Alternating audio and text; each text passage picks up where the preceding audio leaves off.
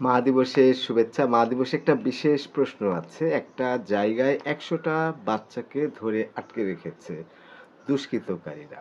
এবার একটা মাকে বাড়ি থেকে উঠিয়ে নিয়ে বলল যে, "এটা তোমার সন্তান। এই সন্তানকে আমরা মেরে ফেলে দিব। তবে এক শর্তে আমরা বাঁচাতে পারি। সেটা হলো ১০ টা শিশুকে মেরে ফেলতে হবে।" তাহলে কোন দিকে সেই নারী যাবে?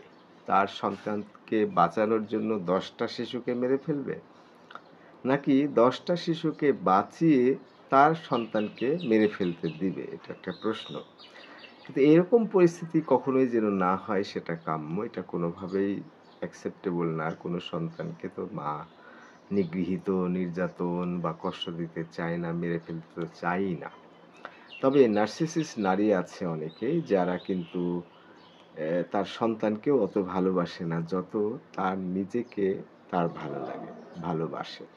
কোনো ক্ষেত্রে দেখা যায় যে নিজের অসুবিধা যখন হবে তখন সন্তানের উপরে চড়াও হয়। যেমন মিথ্যা যদি একটা নারী বলে থাকে, সে সেখান থেকে বাঁচার জন্য তার সন্তানকে মিথ্যাবাদী বানিয়ে ফেলে। একটা ভুল করেছে নারী, সে ভুলটা যাতে না ধরা হয়, ওখান থেকে বাঁচার জন্য সেই ভুলটা কিন্তু তার সন্তানের ঘাড়ে চাপিয়ে দেয়। আবার কোনো নারী যদি পরকীয়ায় লিপ্ত হয়, তার সন্তান যদি দেখে ফেলে, তাহলে সেই সন্তানকেও মেরে ফেলে। আর মেরে ফেলার সময় হয়তো হুঁশ থাকে না, ওই যে বলে না বিবেকের বিষয়, তার আসলে আবেগ কাজ করেছে, বিবেক কাজ করেনি বা ব্রেন কাজ করেনি। তার মানে ওই সন্তানকেও মেরে ফেলে, এরকমটা হয়। তো এগুলো একটা সতর্কতামূলক একটা বিষয়। আর তার সাথে মনে রাখতে হবে যে নারীকে কিন্তু শুধু মা হলে চলবে না। নারীকে কিন্তু মানুষ হতে হবে। অন্য শিশুদেরও যত্ন নিতে হবে। অন্য শিশুদের যাতে ক্ষতি না হয় সেটা দেখতে হবে। সচরাচর নারীরা নির্যাতিত হয়। তাদের যাতে নিগৃহীত না হতে হয়, তাদের যাতে নির্যাতিত না হতে হয় সেজন্য এই বিষয়, এই দিবস আছে, পিতা দিবসও আছে। একটা গল্প বলি সবথেকে গুরুত্বপূর্ণ, সেটা হলো যে, যে কিশোরকুড়ি অনুষ্ঠান হতো সেই কিশোরকুড়িতে শিক্ষকরা ১০০ নাম্বারের মধ্যে নাম্বার দিবে আর নারীরা তার সন্তানের এবং অন্যান্য বাচ্চাদের ক্ষেত্রে তারা ১০০ মার্কের মধ্যে ২০ নাম্বার দিবে। তার মানেই হলো যে বিষয়টা হলো এরকম যে ৫ টা নারী। তাহলে ৫০০ মার্ককে ৫ দিয়ে ভাগ করে ১০০ ধরা হবে।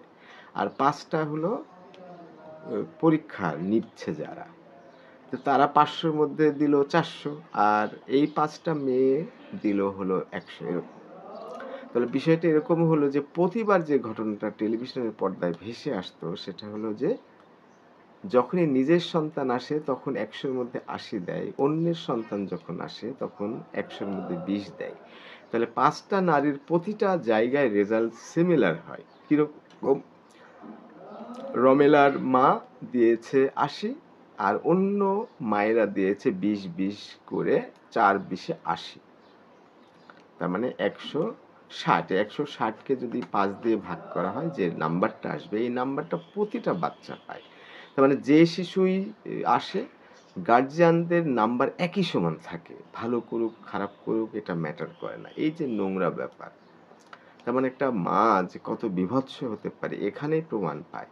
কারণ সে তার সন্তানের ব্যাপারে সে অন্ধ, এতই অন্ধ যে সে তার সন্তানকে ১০০ তে ৮০ দিচ্ছে। প্রতিটা নারী ১০০ তে ৮০ দিচ্ছে।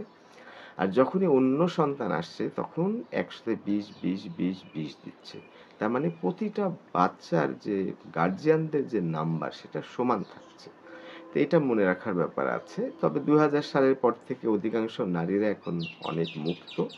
যদিও অশিক্ষিতদের মধ্যে একটু আছে বেশি, অভাবগ্রস্ত যারা সাধারণ তাদের মধ্যে এটা বেশি আছে, এটা ঠিক।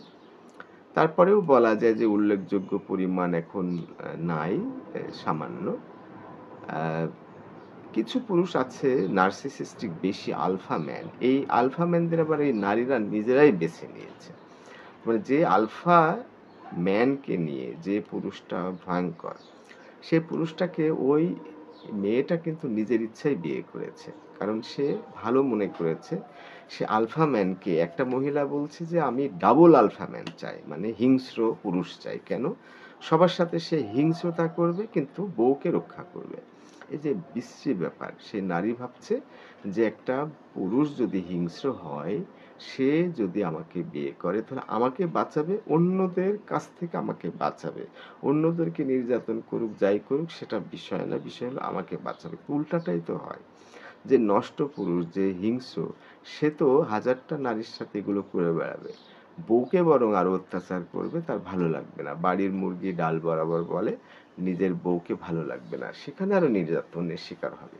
তাহলে নারীরা বেশিরভাগই নিজের ইচ্ছায় যেসব নারীরা বিয়ে করেছে, যেসব প্রেম করে বিয়ে করে, তার অধিকাংশই দেখবেন যে সে পুরুষরা আলফা ম্যান হয়। কারণ নারীদের মধ্যে একটা বৈশিষ্ট্য হলো যে আদি যুগেও সেটা ছিল যে বীর, যে যত মানুষকে যুদ্ধে নিহত করতে পারবে তাকে বীর বলা হবে, নাইট উপাধি দেওয়া হবে এবং তার গলায় সে রাজার মেয়ে মালা দিবে। এরকম পরিস্থিতি কাম্য না। ধন্যবাদ।